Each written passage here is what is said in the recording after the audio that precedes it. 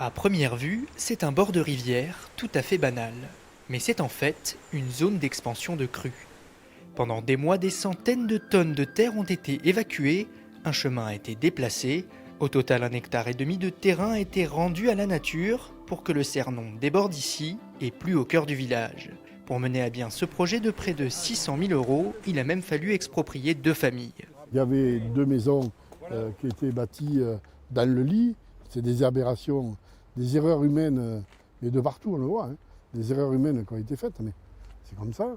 Donc on rectifie un peu l'erreur humaine et on donne vie, je veux dire, à la rivière, qu'elle retrouve un lieu naturel de passage.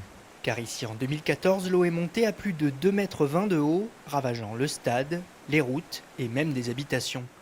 Autrefois, pour tenter de gérer les crues des cours d'eau, on creusait leurs lits. Cela faisait baisser le niveau, mais aussi accélérer le débit des flots.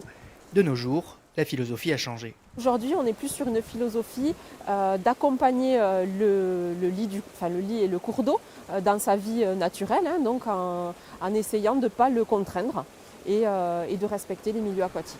En plus de limiter les crues, cette zone va accueillir des arbres, une aire de pique-nique et un parcours de pêche. Des travaux sont aussi prévus sur l'autre rive du Cernon pour éviter qu'une crue aussi dévastatrice qu'il y a 5 ans ne se reproduise.